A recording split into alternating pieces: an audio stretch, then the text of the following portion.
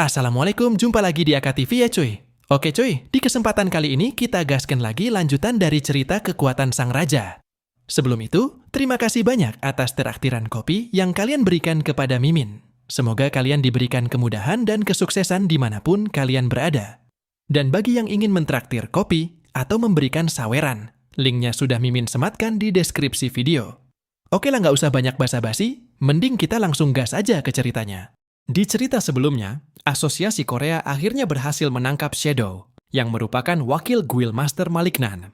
Walaupun tidak berhasil menangkap ketuanya, tapi hal ini pasti akan mengguncang kepemimpinan Malignan, dan mereka juga akan bisa mendapatkan petunjuk terkait wabah Grey dari Shadow. Tapi ada satu hal yang membuat ketua heran, tentang bagaimana Kim Tae-hyun bisa mengetahui lokasi baru Malignan. Tanpa menutupi fakta tersebut, Kim Tae-hyun mengatakan, ia mengetahui hal ini berkat player Yu Ayong. Beberapa waktu saat di Tartarus, Yu Ayong sempat mengomelinya, karena ia malah datang ke tempat berbahaya itu. Dan alasan Yu Ayong mengomel, karena ia tidak ingin membahayakan orang lain hanya karena menolongnya. Tetapi Kim Tae-hyun menghentikan omelan tersebut, dengan cara memintanya untuk berterima kasih saja. Meski begitu Yu Ayong merasa terharu dan bersyukur, Kim Tae-hyun bersedia menolong, dan sebagai bentuk terima kasih, dirinya ingin memberikan sesuatu.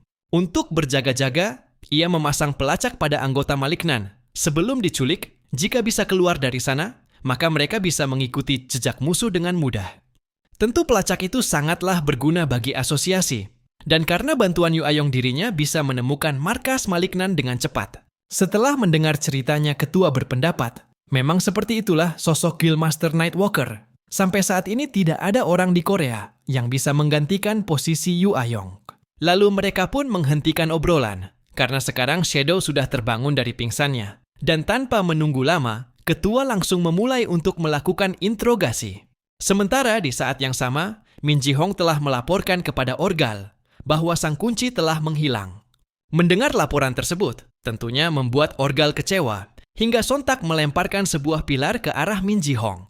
Untuk meredam amarahnya, Min Ji-hong mengatakan, Kim Tae-hyun telah hancur bersama Tartarus. Jadi seharusnya tidak akan menjadi ancaman lagi bagi Lord Orgal. Dia menimpali. Dirinya tidak marah karena sang kunci menghilang, tetapi marah karena Min Ji-hong datang kepada dirinya tanpa memastikan kalau Kim Tae-hyun benar-benar tewas atau tidaknya. Lalu Min Ji-hong pun mencoba meyakinkannya dengan mengatakan bahwa Kim Tae-hyun sudah jelas tewas bersama Tartarus.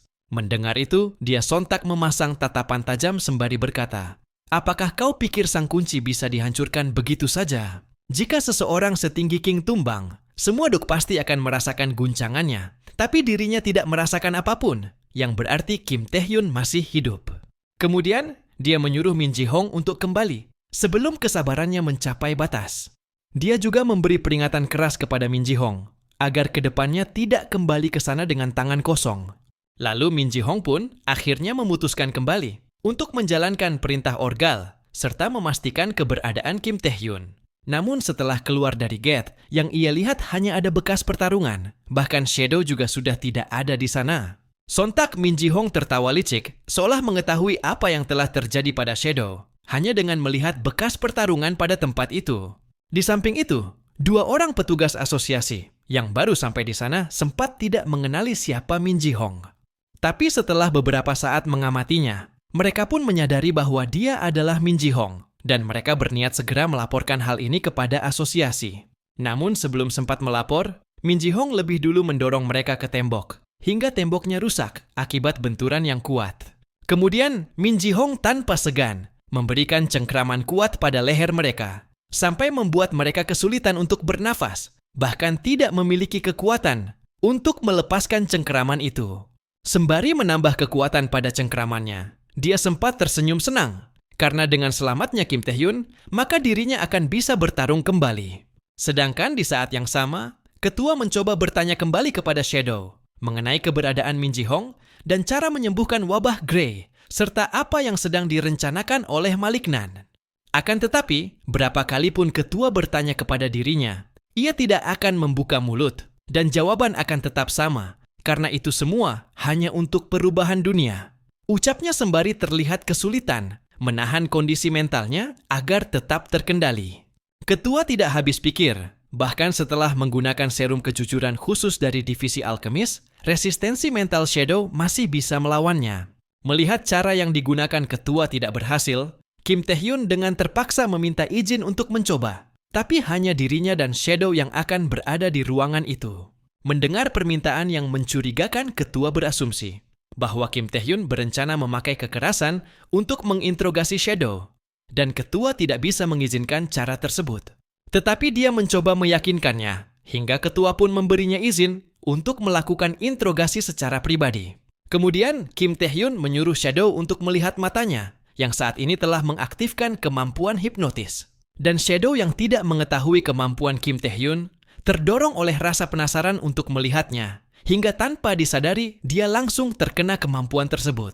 Di sini dijelaskan, Shadow merupakan anak yang terlahir dari permainan pria dan wanita. Dengan kata lain, dia adalah seorang anak yang tidak diinginkan. Masa kecilnya selalu berada di dalam bayangan. Jika orang lain melihat, ia akan langsung diusir. Pada akhirnya, ia selalu bersembunyi di sudut rumah. Karena tidak mendapatkan perhatian yang baik, hal pertama yang dia pelajari untuk bertahan hidup adalah tindak kejahatan. Beruntung ia lebih berbakat ketimbang orang tuanya. Hanya setelah ia memberikan uang yang cukup banyak, mereka akhirnya mulai memberikan perhatian. Tapi hal itu juga tidak bertahan lama, karena amarah yang selama ini ia pendam terhadap orang tuanya, memberi dia kekuatan untuk balas dendam kepada mereka. Setelah terbangkitkan, ia berkeliaran dan menyerang seperti anjing gila, melampiaskan amarahnya atas kehidupan yang tidak pernah bisa ia miliki. Tapi secara kebetulan, ia bertemu dengan Min Ji-hong. Di sana Min Ji-hong berbicara seolah memahami apa yang selama ini ia rasakan. Kemudian, Min Ji-hong mengulurkan tangan dan mengajak dirinya memulai revolusi dunia yang selama ini menjadi tujuan mereka.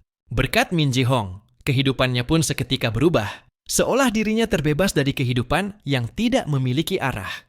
Dan itulah awal mula Shadow bertemu dengan Min Ji-hong, tetapi bukan informasi itu yang ingin Kim Tae-hyun ketahui. Lalu Kim Tae-hyun kembali memaksanya agar Shadow memberitahukan rencana malignan, dan terlihat Shadow juga sudah tidak sanggup mempertahankan kondisi mentalnya. Dalam ingatannya, Min Ji-hong terlihat memberikan sebuah data yang didapat dari pemimpin asosiasi player Cina. Data mengenai eksperimen monsterisasi dan virus yang diekstrak dari dungeon yang belum dijelajahi, yang mana kedua data tersebut sangat cocok untuk rencana mereka. Dengan eksperimen monster, Malignan akan menjadi lebih kuat, dan mereka akan menyebarkan virusnya untuk membuat dunia dalam pandemi, yang pastinya dunia akan jatuh dalam kekacauan. Tapi itu baru tahap pertama. Setelah melakukan monsterisasi, mereka akan mendapatkan kekebalan dari penyakit yang berasal dari bahan yang sama. Namun saat bagian pentingnya akan dibahas, kemampuan hipnotis Kim Tae-hyun tiba-tiba terputus secara paksa, hingga dia tidak dapat mengetahui detail rencana mereka. Ternyata Shadow sengaja menggigit lidahnya hingga terluka, agar bisa terlepas dari pengaruh hipnotis Kim Tae-hyun. Kemudian, Shadow berteriak sekencang mungkin, sembari melepas tekanan kekuatan yang cukup besar, hingga Kim Tae-hyun dengan cepat menjauh dari hadapannya. Dengan suara lantang dia juga mengatakan bahwa dirinya tidak akan membiarkan Kim Tae-hyun mengganggu. Teriakan dan tekanan kekuatannya itu sontak membuat ketua panik, hingga mereka langsung bergegas masuk ke sana. Tapi mereka tiba-tiba dikagetkan saat melihat Shadow telah berubah sepenuhnya menjadi sosok monster yang cukup besar, seperti halnya monster di dalam abyss. Meski telah berubah secara total, namun Shadow masih memiliki kesadaran. Dia juga mengatakan, walau dirinya harus terbunuh, maka ia juga akan membawa Kim Tae-hyun bersamanya. Sungguh pertemanan yang mengharukan, tapi dirinya lah yang akan menghentikan Malignan, ucap Kim Tae-hyun, sembari bersiap ke mode pertarungan. Di samping itu, mereka berdua seakan tidak percaya, Shadow telah berubah menjadi monster seutuhnya. Dan tanpa menunggu lama, Shadow dengan tubuh monsternya langsung bergerak dan melancarkan rentetan serangan kepada Kim Tae-hyun, hingga menimbulkan guncangan kuat pada tempat itu. Hal ini juga sempat membuat mereka cemas dengan keadaan Kim Tae-hyun yang baru saja terkena oleh serangan dari Shadow. Mengira bahwa serangannya mampu melukai Kim Tae-hyun, Shadow dengan sombongnya mengatakan, inilah kekuatan yang ia dapat saat seseorang membuang kemanusiaannya. Padahal tanpa diduga, justru dirinya lah yang dengan mudahnya dilukai oleh Kim Tae-hyun. Bahkan dia tidak sadar saat Kim Tae-hyun melancarkan serangan itu. Apakah kekuatan yang kau dapatkan hanyalah menggerakkan tangan yang putus, Tanya Kim Tae-hyun dengan santainya meremehkan kekuatan Shadow. Pertanyaan itu pun sontak memancing amarahnya hingga dia kembali melancarkan serangan dengan tangannya yang sudah pulih kembali. Bahkan dia terus mengejarnya sambil sesekali melancarkan serangan lantaran tidak terima diremehkan, walaupun tidak satupun serangannya dapat menjangkau Kim Tae-hyun. Sembari terus menghindar, Kim Tae-hyun sempat berpikir, seperti yang ia lihat dari ingatan Shadow, eksperimen monsterifikasi si Patwajang ternyata masih berlanjut. Dan sekarang, hasilnya bahkan lebih dekat dengan monster yang sesungguhnya. Tapi tujuan musuh bukan hanya menjadi lebih kuat dengan eksperimen tersebut. Mereka justru mencoba mengkombinasikan monsterifikasi dengan Grey Venom. Ia harus menangkap Shadow tanpa menghabisinya untuk mencari tahu apa yang sedang direncanakan Maliknan. Pikirnya sembari bersiap melakukan serangan. Sedangkan Shadow yang mengira Kim Tae-hyun sudah terpojok dengan girangnya melompat untuk menangkapnya. Dan saat akan meraihnya, Kim Tae-hyun terlebih dulu menggunakan skill apokalip yang dalam sekejap mengikat seluruh tubuhnya hingga dia tidak dapat bergerak dalam keadaan itu. Dan serangan Kim Tae-hyun pada akhirnya mendarat dengan mulus tepat pada bagian matanya yang sontak membuat Shadow berteriak kesakitan. Melihat serangannya berhasil tidak menghabisi Shadow, Kim Tae-hyun kembali menggunakan kemampuan hipnotis untuk melanjutkan interogasi yang sempat tertunda. Di samping itu, ketua seakan tidak percaya monster yang setidaknya berada di atas rank SS bisa dikalahkan dengan mudah. Mereka rasa tidak perlu lagi mencemaskan Kim Tae-hyun. Akan tetapi pertarungannya ternyata masih belum selesai, lantaran Shadow kembali memberikan perlawanan dengan menggunakan lidahnya yang panjang, meskipun tubuhnya terbelenggu oleh kekuatan Kim Tae-hyun. Hantaman keras dari lidahnya pun mampu membuat Kim Tae-hyun terhempas cukup jauh, sampai membentur ke sebuah tembok. Setelah menghempaskan Kim Tae-hyun, dia langsung menghancurkan belenggu di tubuhnya. Dan dengan tangan gemetar akibat rasa sakit, dia perlahan mencabut senjata yang masih menancap di matanya. Lalu ia menyingkirkan senjata itu. Di sisi lain dia juga berpikir, bahkan dengan monsterifikasi, masih ada jarak selebar ini saat melawan kontraktor Grand Duke. Meski begitu tidak ada yang berubah. Ia sudah bertekad untuk mati, ia akan menggunakan semua yang dimiliki untuk mengalahkan Kim Tae-hyun. Di saat yang sama, Kim Tae-hyun kembali menerjang untuk melakukan serangan, seolah tidak ingin memberi Shadow kesempatan untuk bernafas lega. Sembari bersiap untuk menghadapinya, Shadow sempat merasa ada yang aneh, lantaran Kim Tae-hyun tidak menggunakan skill Grand Duke seperti sebelumnya. Tepat ketika dia memikirkan hal tersebut, Kim Tae-hyun dalam sekejap sudah berada tepat di depannya, dan langsung memberikan sebuah pukulan kuat, hingga membuat tubuhnya langsung ambruk ke lantai. Begitu ambruk ke lantai, dia secara tidak sengaja melihat orang lain yang menjadi alasan Kim Tae-hyun tidak menggunakan skill Grand Duke. Mengetahui niat jahatnya, wakil ketua secepat mungkin memperingatkan orang itu. Kim Tae-hyun yang juga mengetahui niatnya, dengan cepat meluncur untuk menyelamatkan orang tersebut. Akan tetapi, Shadow justru memanfaatkan keadaan tersebut untuk menyerang Kim Tae-hyun. Hingga serangan dari Shadow menimbulkan suatu kerusakan pada bagian tembok gedung asosiasi.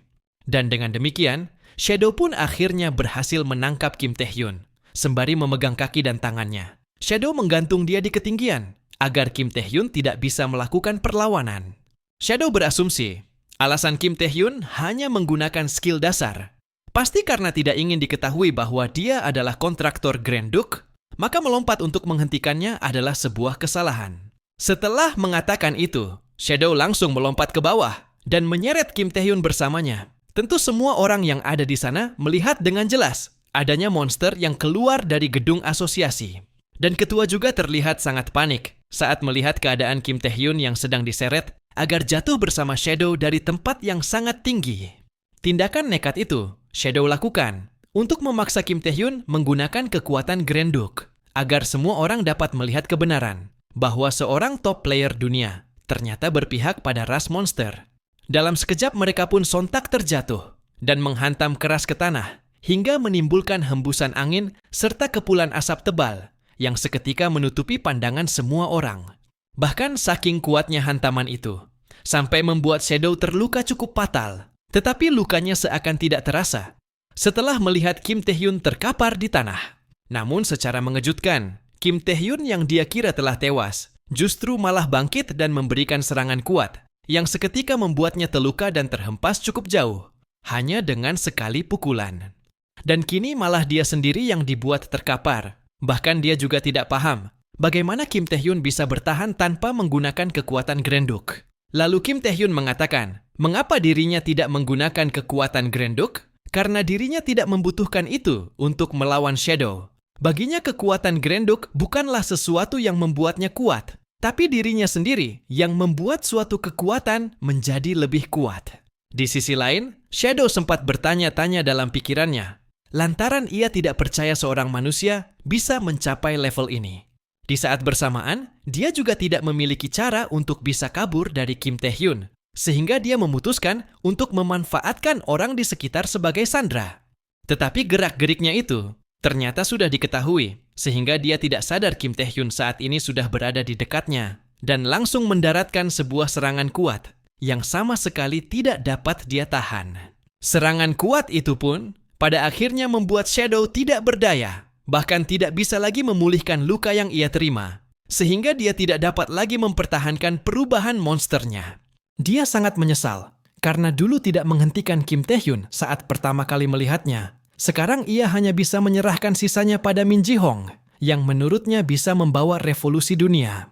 Lalu Kim Tae-hyun menyarankan agar Shadow mengatakannya langsung pada Min Ji-hong, karena ia juga akan menangkapnya. Saat akan kembali diinterogasi, secara tiba-tiba Shadow menggertakkan giginya, dan sontak berteriak sekeras mungkin, sampai membuat Kim Tae-hyun panik. Melihat kondisi yang dialami Shadow, tentu membuat dia bertanya-tanya, lantaran reaksinya itu hampir mirip dengan mana backlash. Dan pemikiran Kim Tae-hyun ternyata memang benar. Shadow sengaja melindungi rahasia malignan dengan cara membunuh dirinya sendiri. Nantikan bagaimana kelanjutan ceritanya hanya di AKTV. Semoga terhibur dan sampai jumpa di lain waktu.